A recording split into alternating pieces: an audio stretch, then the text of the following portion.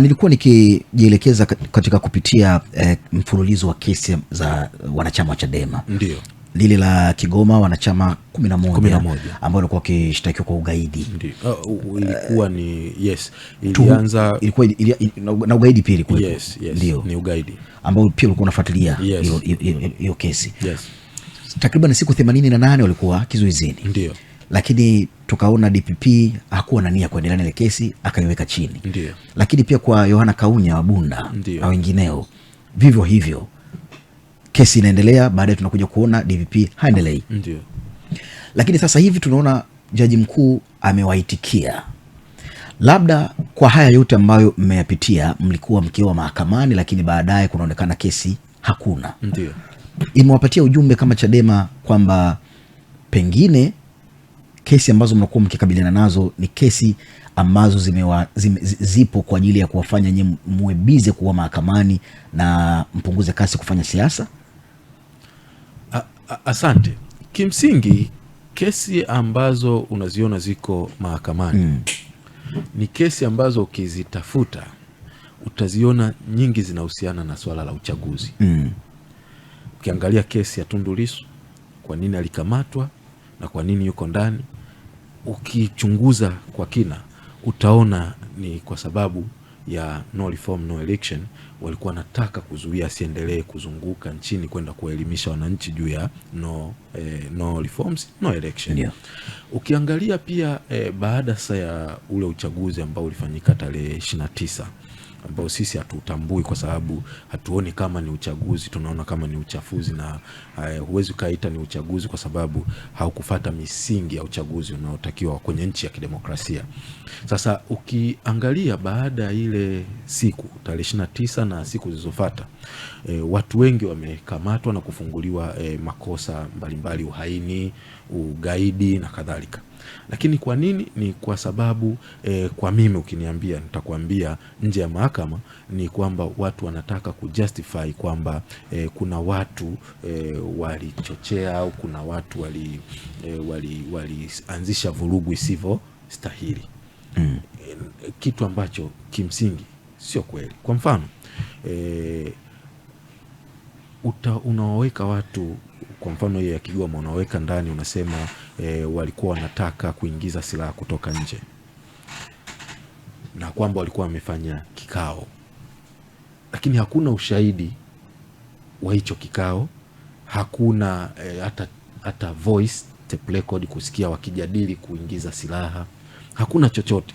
Na mbaya zaidi, unajua kwenye ile kesi mwanzoni walikuwa wameanza kwa kuwashtaki kwa kusema walimnyang'anya polisi silaha, na huyo polisi wakamtaja kabisa, na kwamba walipomnyang'anya walitaka kumdhuru, kitu ambacho hakikufanyika. Kwa sababu kwenye hilo shtaka la kwanza ambao wasema polisi alinyang'anywa silaha, wao walikamatwa. Mtu wa kwanza anaitwa Mzee Bujolo ambaye ni mwenyekiti wa chama mkoa wa Kigoma, alikamatwa tarehe 14 mwezi wa 11 2025. Halafu mwenyekiti wa wilaya ya Kasulu anaitwa Fanuel Kisabo alikamatwa tarehe 16 mwezi wa 11 2025. Kwa hiyo wamekamatwa kwa kuachana siku mbili. Tarehe 17 mwezi wa 11 wote walikuwa ndani, yani walikuwa under police custody, lakini ile hati ya mashtaka ndio inaonyesha kwamba siku hiyo ndio siku ambao walimnyang'anya polisi nini? Silaha. Sasa unajiuliza wangewezaje kumnyang'anya polisi silaha wakati wako ndani? Na by the way, sio tu walikuwa ndani, walikuwa wameshatolewa Kasulu, walikamatiwa Kasulu, wameshapelekwa Kigoma mjini. Lakini huyo polisi ambaye wanasema alinyang'anywa silaha alikuwa Kasulu. Sasa ingewezekanaje wamo ndani, wako Kigoma mjini, alafu wamnyang'anye silaha polisi ambaye yuko Kasulu na watake kumdhuru? Kwa unaweza kaona kwamba ni kesi za kutengenezwa zenye mlengo wa kisiasa na nia ni kutaka kuidhoofisha chama cha demokrasia. Lakini sio tu kuidhoofisha. Unajua, ikionekana kweli viongozi wa chama wanafanya ugaidi kwa mfano au wanafanya uhaini, inaweza ikawa ni sababu pia ya kufuta chama, kwa sababu sheria ya vyama vingi hairuhusu chama cha siasa katika nchi yetu kujihusisha na masuala ya uhaini, kujihusisha na masuala ya ugaidi. unaweza ukaona kitu kama hicho. Wakili Matata, katika haya yote ambayo mmekumbana nayo kama chama wakati huu, tukizungumza na viongozi mbalimbali wa Chadema, hata wanachama wenyewe wanasema wakati huu ndo chama kimekuwa imara zaidi. Kwa tafsiri ya moja kwa moja kwa mwananchi ambaye hata labda pengine afahamu mambo ya siasa, tunamweleza vipi licha ya haya madhila ambayo mmepitishwa kwa muda mrefu sasa na mmepigwa pini kushiriki kuwa katika majukwaa ya kisiasa, mnamwambiaje mtu kwamba sasa wakati huu ndo chama kimekuwa imara zaidi? Asante. Kiukweli hakuna kipindi ambacho naweza nikakuhakikishia kwamba chama kimekuwa imara kwa zaidi ya miaka 10 kama sasa. Kwa sababu gani? Chama ni wanachama, chama ni watu, chama ni watu kukubali sera, kukubali mipango ya chama. Hakuna kipindi ambacho Chadema iko na wananchi na wananchi wanakizungumzia vizuri na kuona ndo chama ambacho kinaweza kuleta ukombozi kama sasa.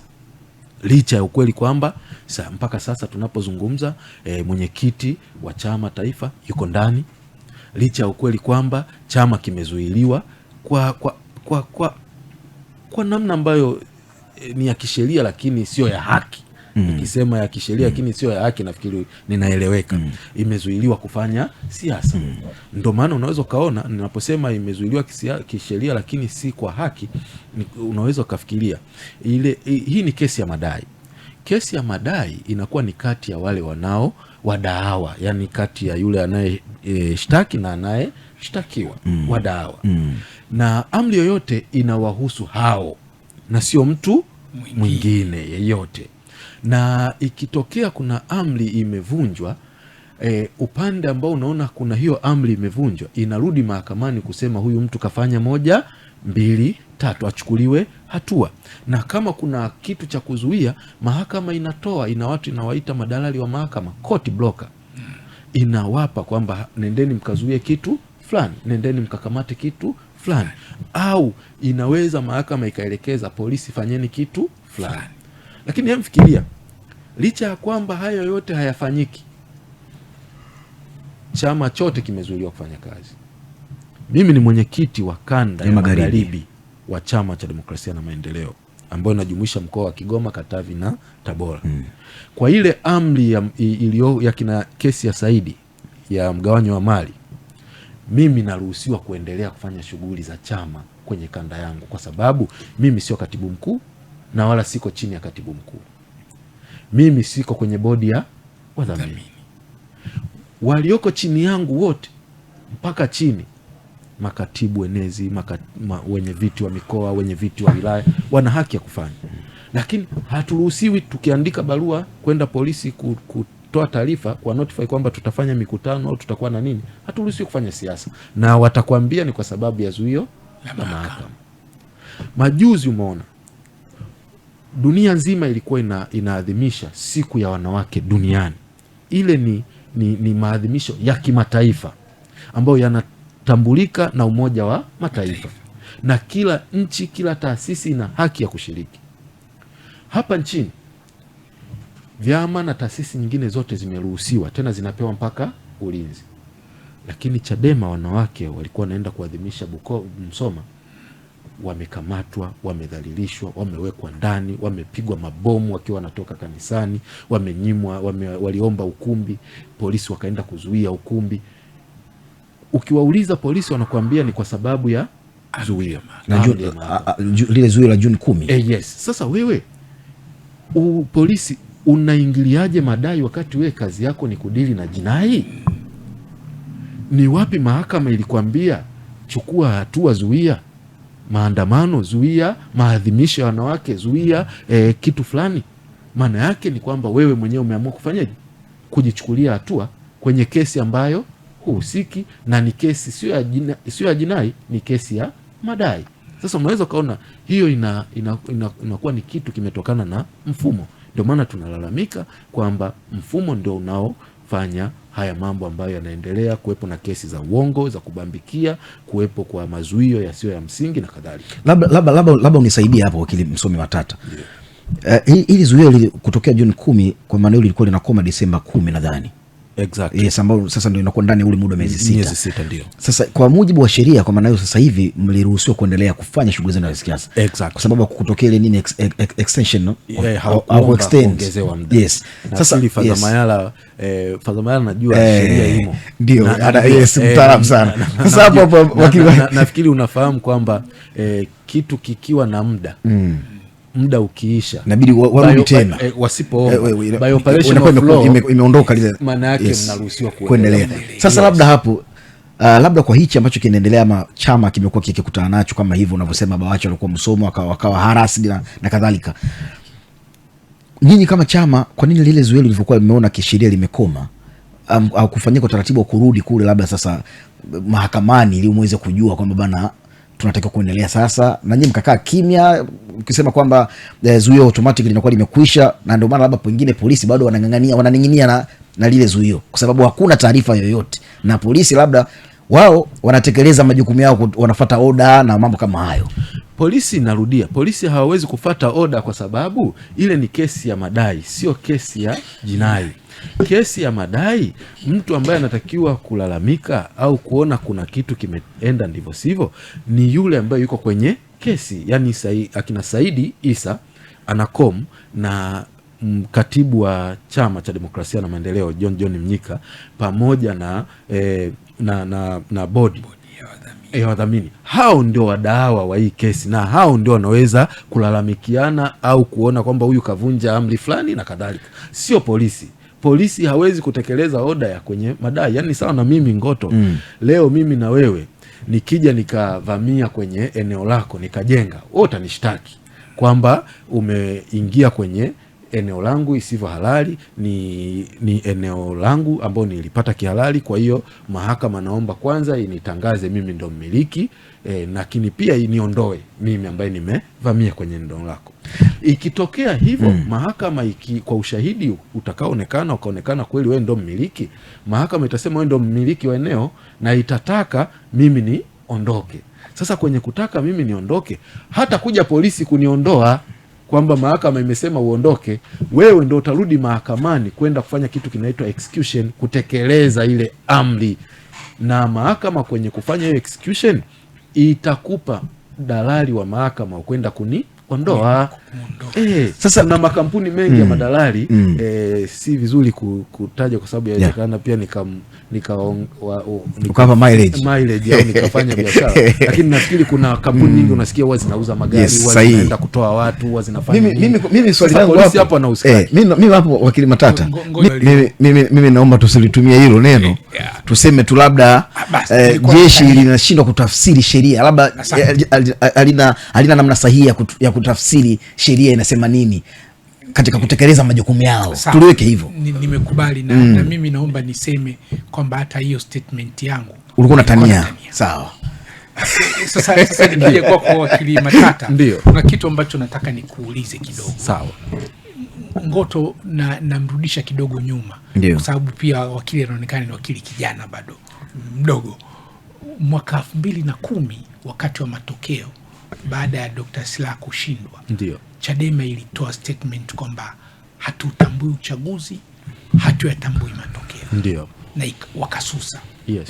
Baadaye JK akawaita na tukawaona, wakapewa kahawa pale, wakaweka juice pale, na ile ya kutotambua ukaisha.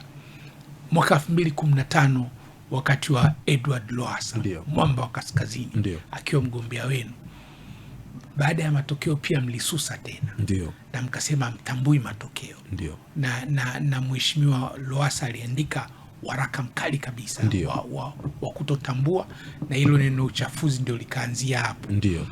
Lakini baadaye tukaona mmetambua, na mzee Lowassa akarudi nyumbani na mambo yakaendelea. Mwaka 2020 wakati wa uchaguzi, Tundu Lissu akigombea na JPM pia ulifanyika huo uchafuzi, na mkatoka pia kwamba hamyatambui matokeo, hamuitambui serikali wala hamtambui kilichofanyika. Lakini baadaye, baada ya kutokea hizi kalinye kidogo, na mwenyekiti akahifadhiwa kidogo, akatolewa, tukaona ameenda Ikulu kushukuru, na tukaona sasa mnatambua, ndio, na baadaye mkatambua mpaka mkaingia kwenye maridhiano. Sasa matokeo ya uchaguzi huu wa juzi wa tarehe 29 ndio mmekuja sasa kusema bwana, ule sio uchaguzi, hamtambui wala hamtambui matokeo, ndio, wala sio uchaguzi halali. sawa, na mmeshikilia msimamo.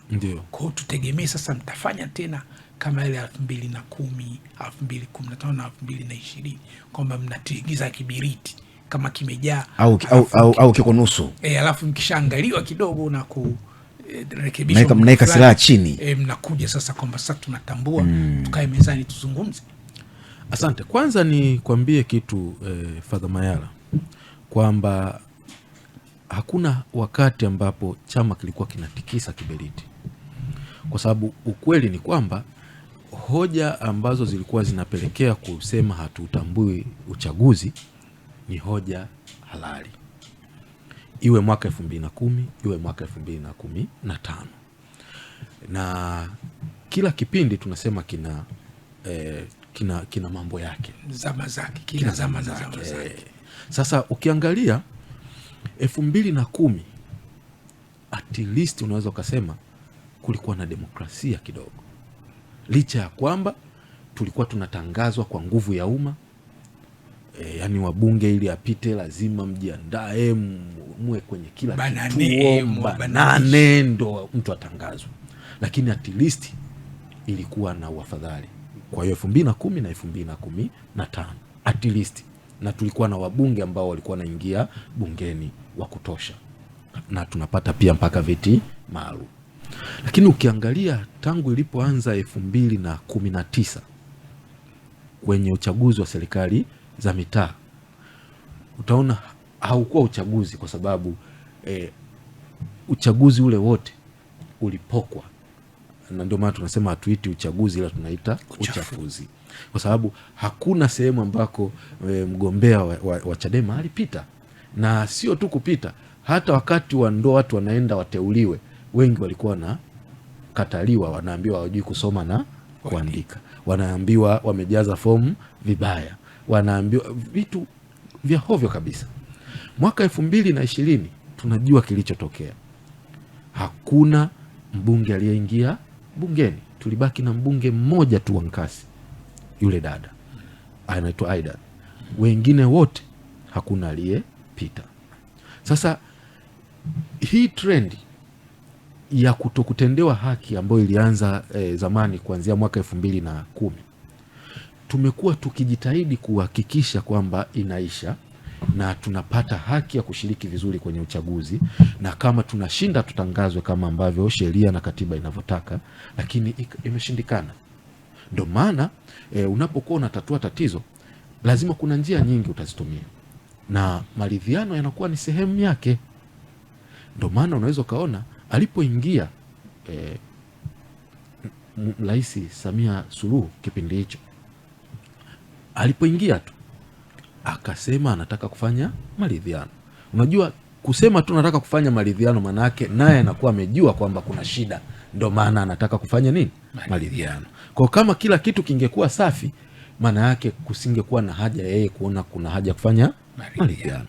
Lakini baada ya kukaa kwenye yale maridhiano, tuligundua kwamba hakuna kitu ambacho kitaleta manufaa, na ndio maana ilifika kipindi tukafanyaje?